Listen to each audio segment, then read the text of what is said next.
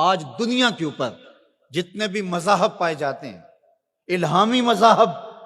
وہ یہ دعویٰ نہیں کر سکتے کہ ہمارے پیغمبر کی پوری تعلیمات اصل شکل میں ہمارے پاس موجود ہیں۔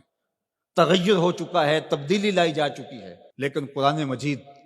اپنے اصل الفاظ کے ساتھ زیر و زبر کے تبدل کے بغیر صدیاں گزرنے کے بعد آج بھی اسی طرح موجود ہے۔ تو ان روشنیوں کے ہوتے ہوئے، ان اجالوں کے ہوتے ہوئے اگر ہم اندھیروں میں رہیں تو پھر ہمیں ان حالتوں کے اندر ڈال دیا جائے گا آج جس حالت کے اندر ہم موجود ہیں۔ اگر کسی کے پاس ہدایت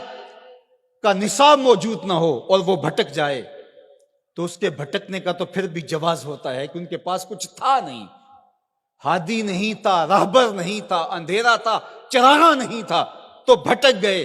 ایک نابینا کسی کنویں میں گر جائے تو لوگ اس کو نکالنے کی کوشش کرتے ہیں، اس کو کوستے نہیں ہیں،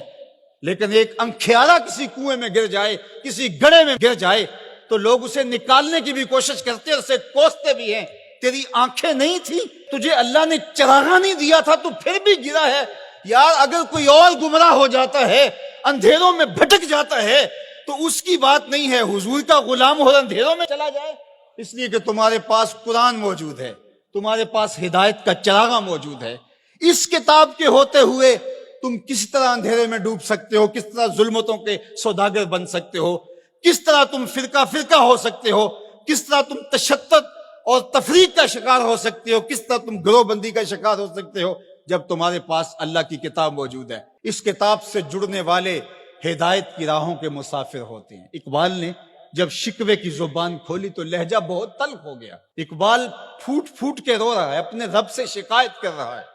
صفائے دہر سے باطل کو مٹایا ہم نے، نوع انسانی کو غلامی سے چھڑایا ہم نے،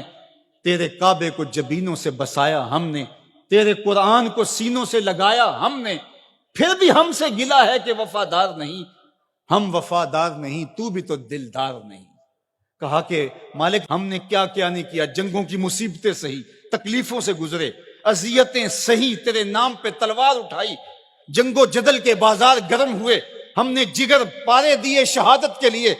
لیکن آج وہی امت در در رسوا ہو رہی ہے، اسی امت کو کاٹا جا رہا ہے، اسی امت کے بچے ذبح کیے جا رہے ہیں، آج گلی گلی کشکول لیے ہم گھوم رہے ہیں، مالک ہمارے ساتھ یہ کیا ہو گیا؟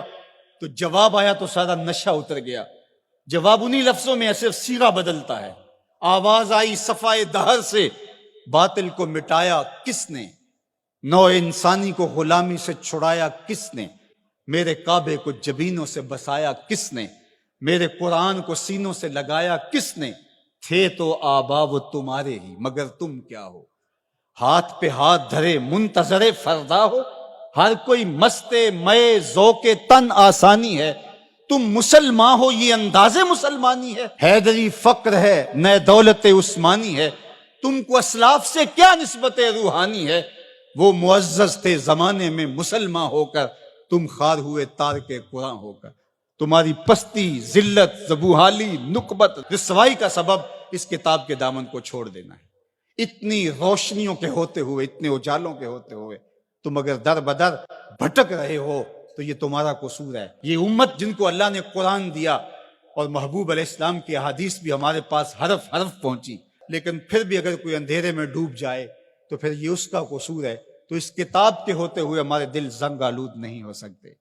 لیکن ہم نے اس کتاب کے ساتھ جو سلوک کیا، اس کتاب کے ساتھ ہمارا جو تعلق ہے وہ کسی سے مخفی نہیں ہے۔ یہ صرف کتاب ثواب رہ گئی ہے، جو کتاب ہدایت تھی، جس کا لفظ لفظ ہدایت دیتا تھا، حرف حرف زندگی بخش تھا، جس کی ایک ایک آیت ہمیں جینے کے اسلوب سکھاتی تھی، اس کتاب کو سینے سے لگا کر کے اور اپنے پیغمبر کی راہوں پہ چل کے ہم پوری دنیا کو اصول و ضوابط دینے تھے اور ان کو جینے کے ڈھب سکھانے تھے۔ کنتم خیر امت اخرجت للناس، فرمایا کہ تمہیں تو لوگوں کے لیے ہم نے نکالا تھا، تم نے تو کائنات کی رہنمائی کرنی تھی، تم تو زمانے کی قیادت کرنی تھی، لیکن آج ہے رسوا زمانے میں کلاہ لالا رنگ، جو سراپا نازتے ہیں آج مجبور نیاز، رو رہے ہیں آج وہ دشت جنوب پرور جہاں، رقص میں لیلا رہی لیلا کے پروانے رہے،